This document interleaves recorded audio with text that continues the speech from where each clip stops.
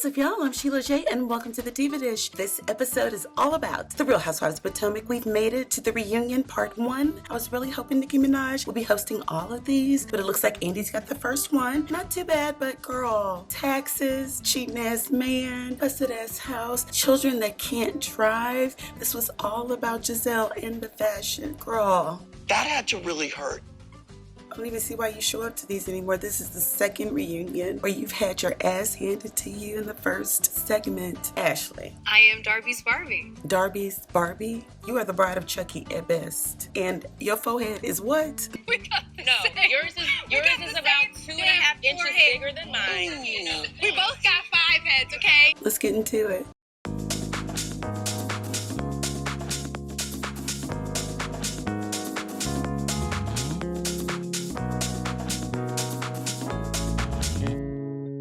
What's up, y'all? I'm Sheila J, and welcome to the Diva Dish. If you've been on my channel before, welcome back. If you're new, welcome. Hit that subscribe button, smash that notification bell so you can be notified when I drop in a video, and let's get into it. Okay, so let's start off with the fashions. All right, so we'll start off with my least favorite. My least favorite is Giselle. Not because she's trending to be the least favorite, but God. That looks like the same jumpsuit you wore to the brunch, but you put on a rhinestone belt. Did you know you were coming to the reunion? Did whoever dressed you through the years that you say has not failed you know that you were coming to the reunion? Did they think you were coming to the rap party? Moving on. My next least favorite would be Wendy. Then when? Your dress gave me very pageant, I think it was this that gave it to me. I like the bodice. Your body looked good. Your face was beat. Your wig was beat. You were laid. But something about it just went pageant for me. I wasn't feeling it. Moving on.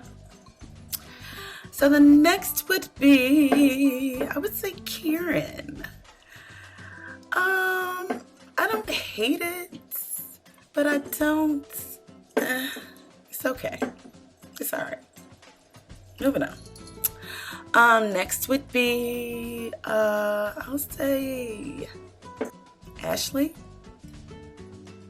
Wow, I love the dress. I liked her hair. They could have done a bone straight or those crimps she had again, and I would like that better, but the shoes are where she lost me. Yeah. Moving on. Then I would say Ascala. It was cute.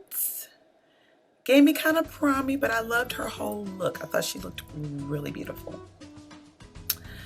Then Mia. I like Mia's look.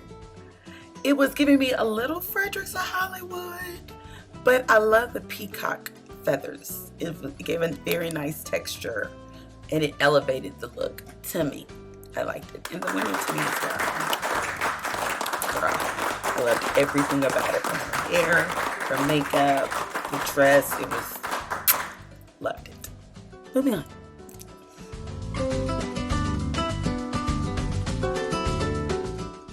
Alright, so he's going around saying hello to the ladies. He gets over to Candiace and he's like, I heard that Anita Baker gave you a shout out. Yes, deep space is out in space. I heard you got a shout out from the Anita Baker. Yeah, I fell out. So, the first shot, of course, was fired at Giselle, y'all. She got that head blown off. Okay. My mama's from the 80s, I think was the user's name, says, Giselle, I think your looks have improved over the years. And the ladies were like, no. Okay, so then mid-roast of Giselle and her fashion style, Andy's like, well, we got a surprise super fan who's, calling in. So clearly we know this is the big old deep fake chat because we didn't see where she come on and say, it's me, bitches. So, moving on. Okay, so then they start grilling Mia child on her surgeries. Why do you care? Did you have a clitopastomy? Did you have a vaginal? Why do you care, all of you? That's hers to do what she wants to do with y'all, okay? Moving on. All right, so then a viewer calls in or writes in on Andy's little car show. So were you a stripper, an escort? Break it down for me.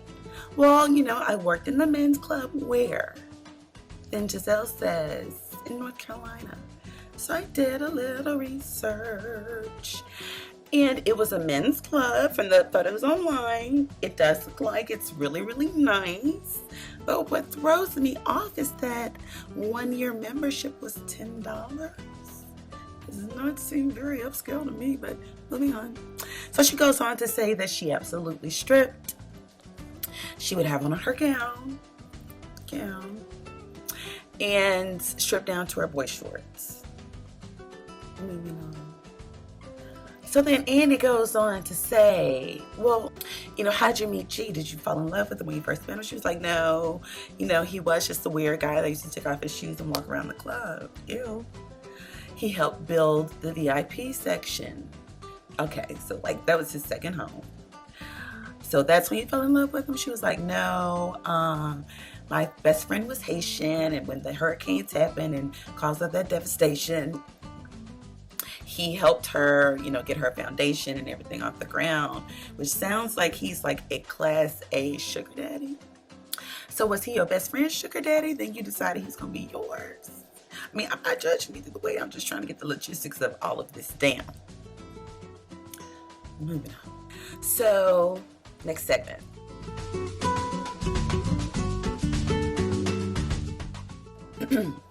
So it opens up, they're talking about Giselle's home.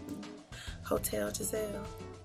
I just don't understand. It's almost like, do you see the plans before they happen? Are you looking as they're working? I just don't understand, especially if you're having things rebuilt. Why don't it all look the same? Yeah, but of course they blew your head off about that too, child. So I ain't gonna do it too, So then the gun went back to Giselle's head. I ain't talking about little Gracie with the child. Had to take the test 5 times. Child, it takes what it takes. Leave the kids alone now. Moving on. And Carol was kind of looking for some smoke. Wow. Is Grace mad with you for showing the world that she can't drive? No, she's not. Leave Giselle alone about them damn kids, okay? Not at all. It was quite relatable and cute. Yeah. Let her have some, child. Moving on. So they go in on, segued real nice on in there. And then he was like, is Jamal a bad driver? Jamal's a terrible driver. Speaking of Jamal, so when did you guys break up?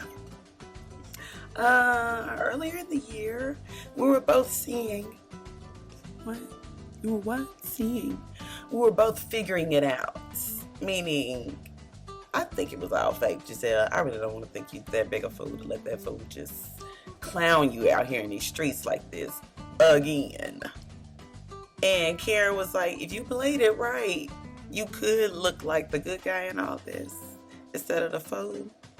Take place emotionally to really share your story, your truth, which, by the way, if you shared it right, you win. Because either way, he's saying what he want to say. Yeah, I get how she could maybe think with him saying he's, because in the video he did imply that he was single. But she said she viewed it as he's not with anybody else, which I guess is up for interpretation. But girl, you're reaching, Giselle. And I don't know why. Are you a masochist? Do you just love inflicting pain on yourself? And then when, Andy is like, didn't it just piss you off? I guess for me, if I was dating someone and they cheated on me and I let them back in, there would be a part of me that would feel like any hurt that I had from the first time might come back. And that pain didn't come back when he cheated on you again? No. No. When do you just get used to it? Girl, that's not a good answer. Used to it? What are you hiding? Please tell me it's like a full-blown relationship that you just don't want the world to know about. And you're very happy in it. This is the only reason you're out here looking like a fool. Moving on. Y'all, for whatever reason, Wendy does not have it for Robin. Even though she did a real dry ass hello at the vow renewal, Robin was coming to Giselle's defense. Why do we not realize realize that everyone deals with things differently. Oh, really?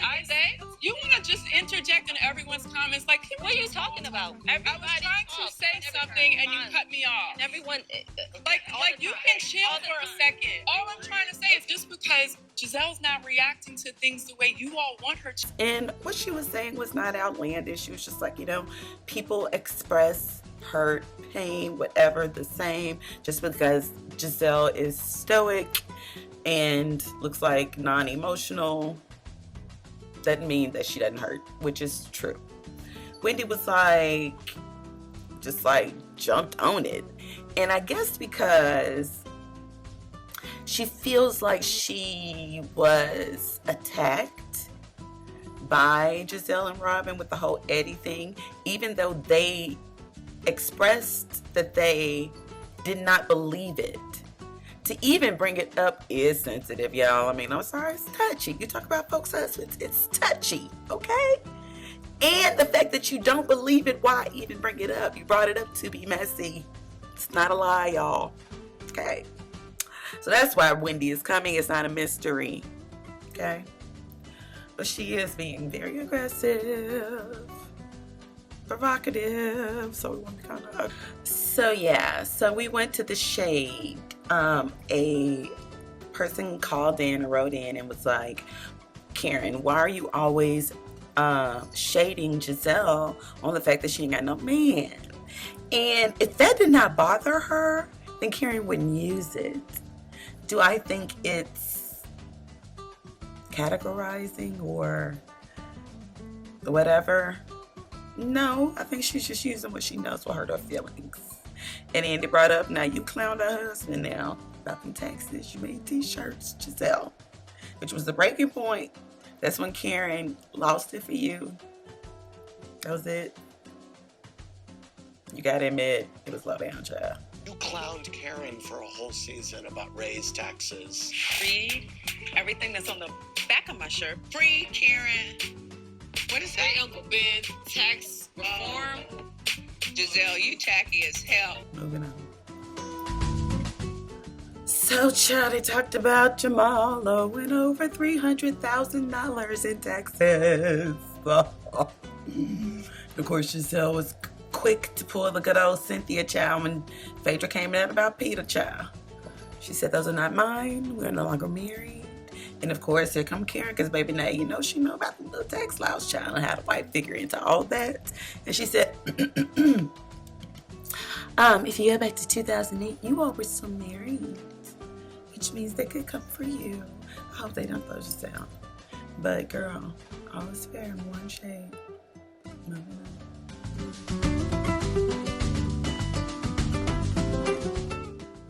Alright, so let's go to the next segment. They bring a scholar out who I think they should give a champagne glass to. Totally in support of that. Loved her, thought she was beautiful, funny, contributed to the conversation, would stand up if she needed to. Loved her. So yeah, basically, Andy, I mean, is it just that you just take jabs at Giselle when you can? Because of course he asked, if there was one person on the stage you could style, you know what the answer's gonna be, child. Moving on. They bring out her little point. You know, Skylar really didn't get it in with nobody unless you kind of just came for her, except for one time. I think it was at that little spa party where she asked Karen just straight up, do you have a drinking problem? And it caught her off guard because I think she was a little tipsy too. But she owned it. She was like, you know, would I have asked that anyway? Yeah. But should I have asked it in a group setting? No. Moving on. All right, so then we get to one of the meatiest parts of the season. We get to talking about the Bassett's baby, Candiace and Chris. Yeah, we go into Chris being the husbander, of course. Chris is like managing me. I call him my husbander. And they cut all the way to Videogate, which is where it all got crunk, where Mia decided to ask Mama Dot, you know, was Chris on the payroll? But what this review did do is show that Mama Dot was the one that was really being messy. Is Chris getting paid? Officially, I would think.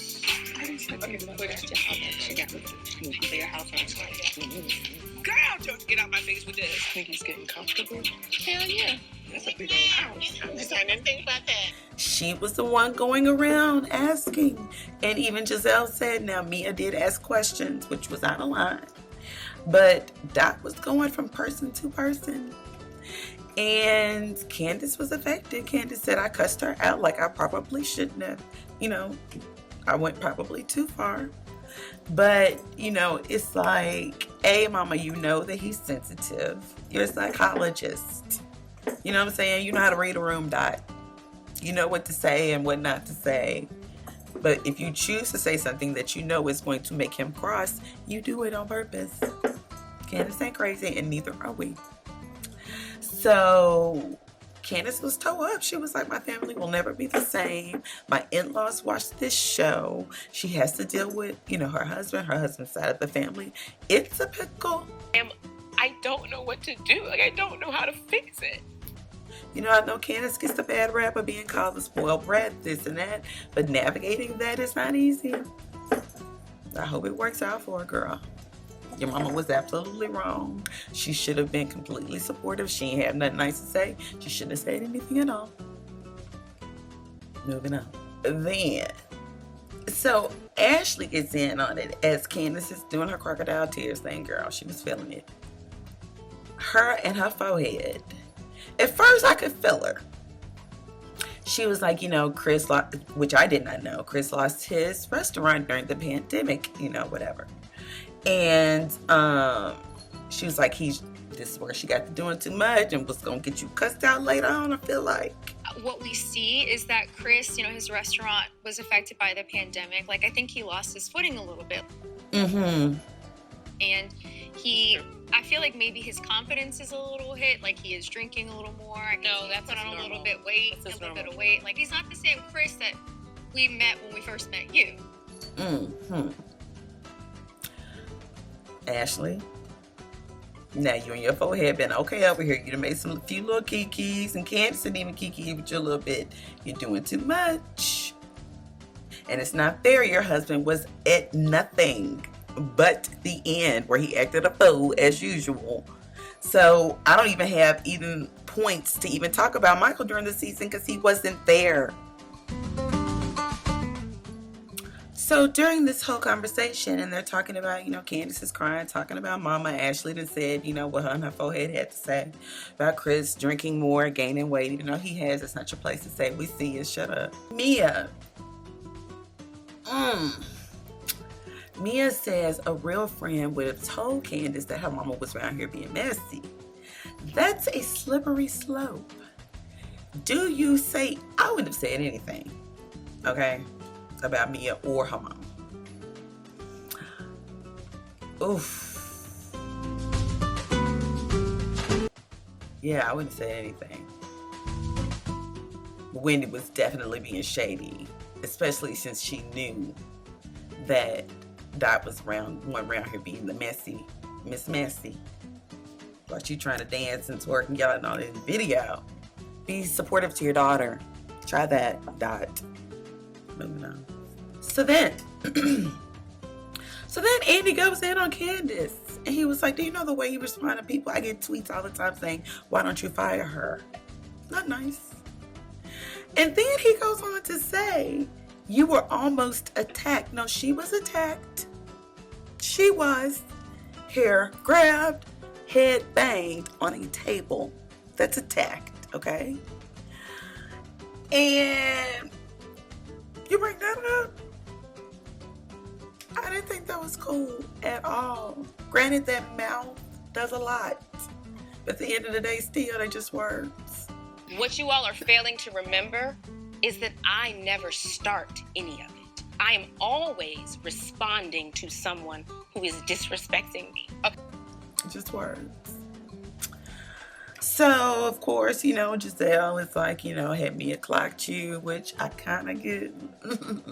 Because, you know, the whole mama thing, you would think as adults, you wouldn't be like that. Like, I don't think I would give a fuck about somebody saying your mama. Maybe not the first time. Maybe about the fifth time, I'd be like, all right, calm down. But anyway.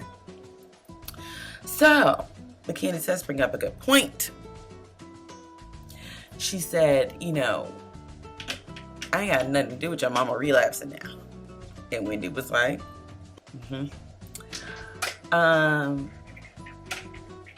but Candiace, of course, took it a step further, which I kind of agree with. And Andy kind of co-signed because he was like, oh, see, mom's keeping your kids. That's kind of a new thing, isn't it? But Candiace was like, so you brought your mama on here to parade her so you would have a storyline. I agree. Mom wanted to be on here to inspire people. She looked uncomfortable. But Candiace didn't seem like it because she didn't seem very uncomfortable. You would never understand. I wouldn't. She did. That's why she hung up on G and said, these your goddamn kids. Okay? Moving on. So Candiace's toe up from the flow up. She was like, my family will never be the same from this. Of course they will. Time will pass. As long as someone stops it. Maybe this cussing out was what Miss Dot needed to realize mommy's not playing with you. Okay, Dot? You can't be doing that. Especially the bigger she gets. Don't be that mama, okay? Because you're going to be outside.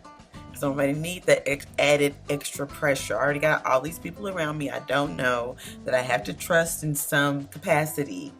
I need to have the people that love me. I need to be able to fully trust them to do what's going to be in my best interest at all times, which means not around here talking shit about my husband, okay? Talk shit about him to me, not to nobody else. Moving on. So, child, they go all into this, child, this whole Mia talking about this low budget thing, and she was like, basically, you should have had someone there to greet me. The goal is not to pander and cater to the extras. The goal is to get the shot and get it done. Exactly. And she was like, you spend $10,000 on a video, that's low budget, and it's okay, which is true, it's okay, but who wants to be called low budget? Nobody. Okay? You might like being called a stripper. Things like that might not bother you, but clearly they bother Candiace. And I think you're bothered because you called her a spoiled brat. Who does that? That's your problem with her. Is she a spoiled brat? Maybe. But is she wrong in her reads? No. Was she wrong when she said, Andy, I only respond? True. She does not start it. But she will try to finish. And she goes too far. And she's very little. But, yeah.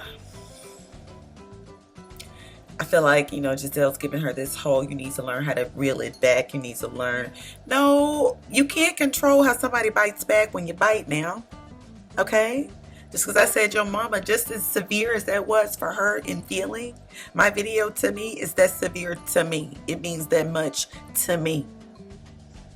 Coupled with the fact that now I know my mama was talking shit about my man as I'm doing this thing in my life that's such a big deal to me. That's a lot. And then you gonna compound that with it's low budget. Yeah, she in her feelings. Hello, Mia. Moving on. So yeah, that was pretty much the end of the episode. They ended with the whole Mia mama thing. And it kind of bleeds over into next episode. They show some clips of, you know, Mia saying her Candiace's ass whooping is overdue. Of course, Candiace writing that check because she know good old security around talking about you don't kick my ass, Candiace, be quiet. She is really big. And yeah, so hopefully next episode is when Nikki creeps on down and can get really good. She can ask some good old questions. I can't wait. Again, if you've been to my channel before, thank you for coming back. I appreciate it. If you're new, hit that subscribe button, smash the notification bell so you get me notified when I drop a new video. I appreciate you so much, and I will see you guys next time. Bye.